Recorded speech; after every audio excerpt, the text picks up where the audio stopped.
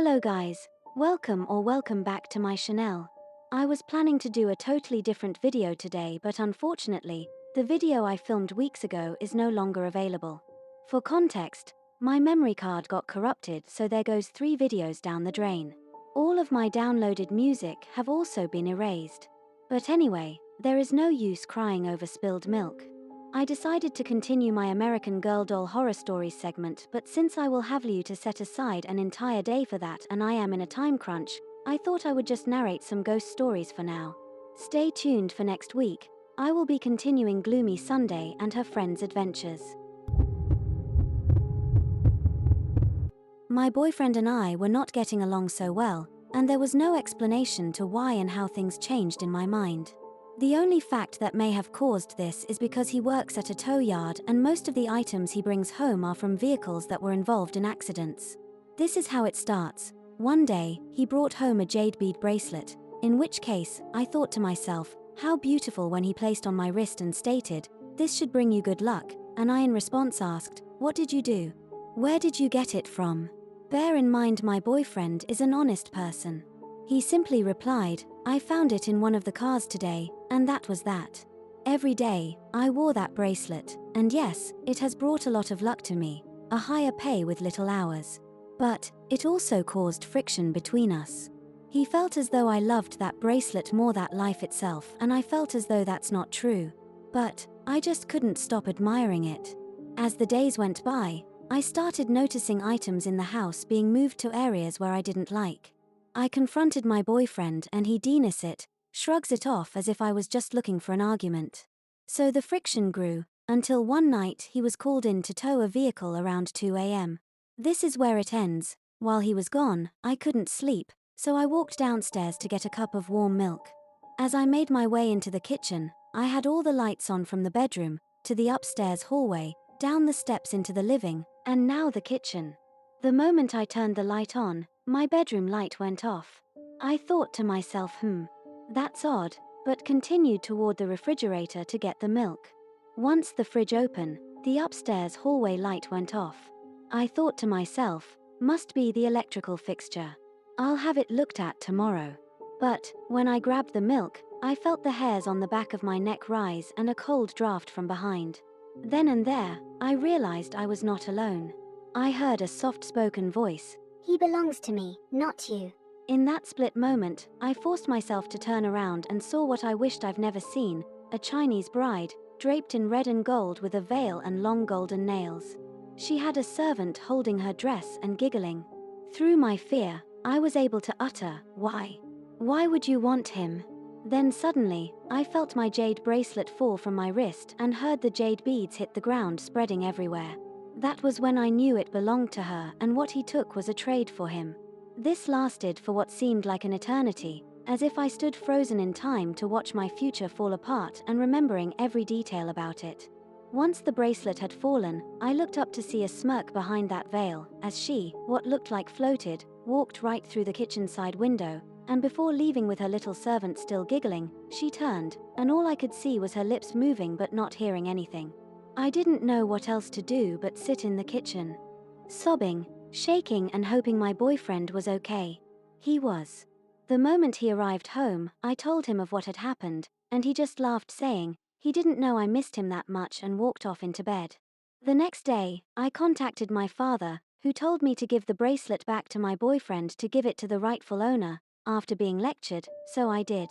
My boyfriend was upset at first until he found out from work that the parents of a young girl who was engaged at the time of her death came looking for her bracelet, the one her fiancé had given to her as promise to be with her forever.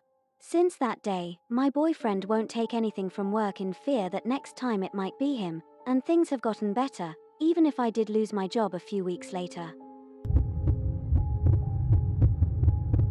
This was one of my stories that my husband and I had encountered back in the year of 2008, where we first lived at the Valley High Apartments by Mac Road, right behind Food Source Shopping Center. It was during the time when my husband and I had our first child.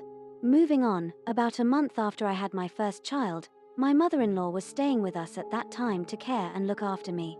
Everything was fine and living normal as usual.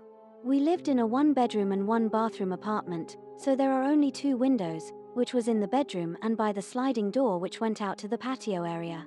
As a month passed by, my mother-in-law went back to her hometown in Minnesota, which left just us three, my husband, our daughter, and me. First night came around, and it was about close to midnight. I remembered my husband woke up, slightly lifted his head up, and looked toward the closed bedroom door, and slowly but fast enough to pull the sheet over his head. As he was doing so, I was awoken by it, and I kind of pulled the sheet off his head asking him what was wrong. He just whispered lowly that he'd tell me tomorrow. I just left it at that. The next morning came around, and about noon, I'd finally remembered and asked him what caused him to act the way he did last night. He told me that he saw a lady in a white gown with long, black hair just standing in between the corner angle where the wall and bedroom door were connected, just watching us sleep. I got a little bit of a chill running down my spine just hearing him tell me, so I said he better stop joking around and for him to tell me if it was not real. He said he was not lying. It really was what he saw, but we just left it at that and went on about our days, just pretending to act like it was just a bad nightmare. The second night came along. We were already asleep, so about maybe 2 or 3 a.m. into the middle of the night, my husband woke up to use the restroom. After he was done, he came back, and as he closed the door, he heard some noises coming from the kitchen which sounded like someone was digging dishes or searching for something. My husband totally got freaked out and hurried himself into bed and never mentioned anything of what has happened, not even to me, because he knew I would be scared. Going on a few nights that had passed by with nothing until one night, I was taking a shower while my husband was watching our daughter. As I was taking a shower, I hadn't even started with shampoo just yet. I heard someone humming right from inside the bathroom, but of course, I left the bathroom door open.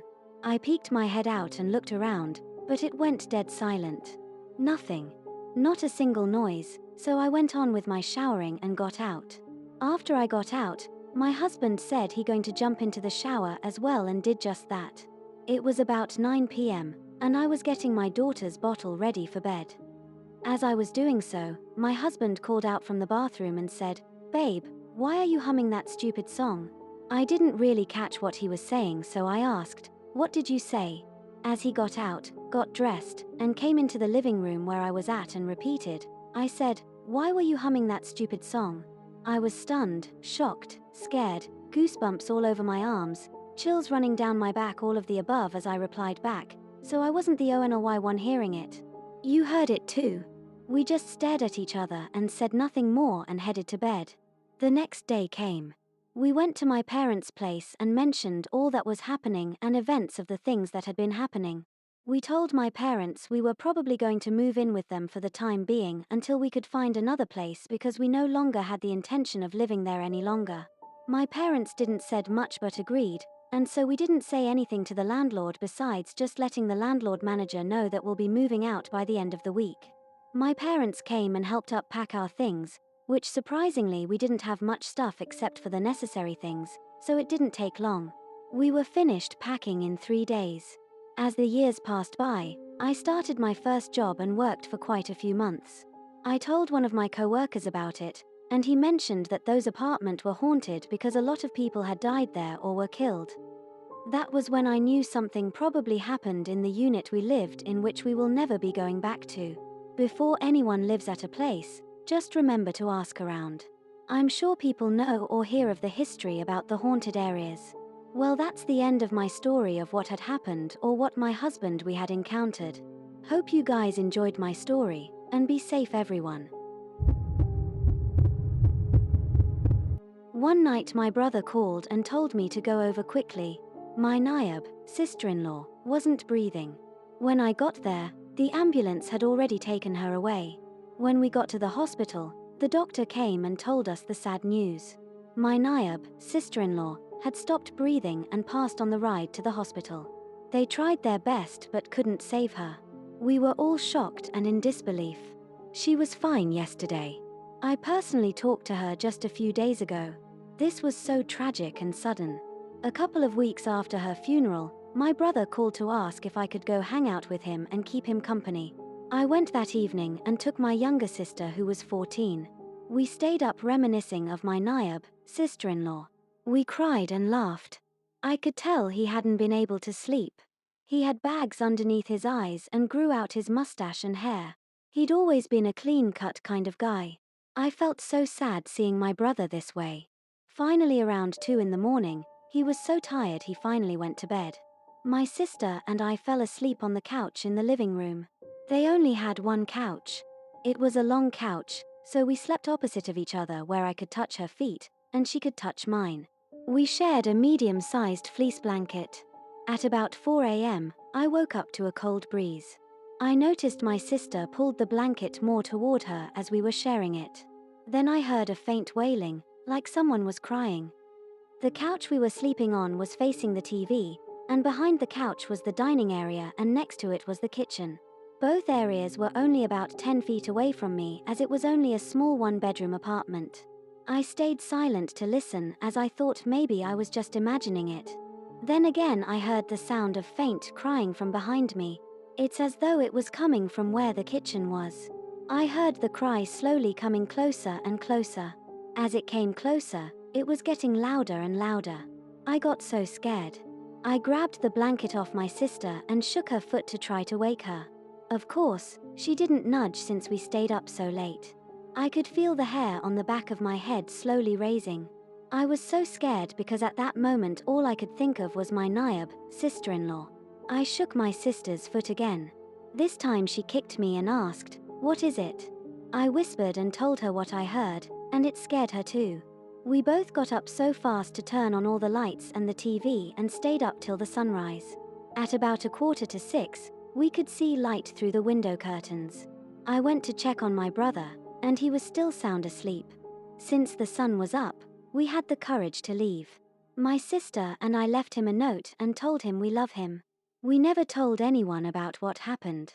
My sister still believes I might have just imagined things since my Nayab's, sister-in-law's, death was still so fresh.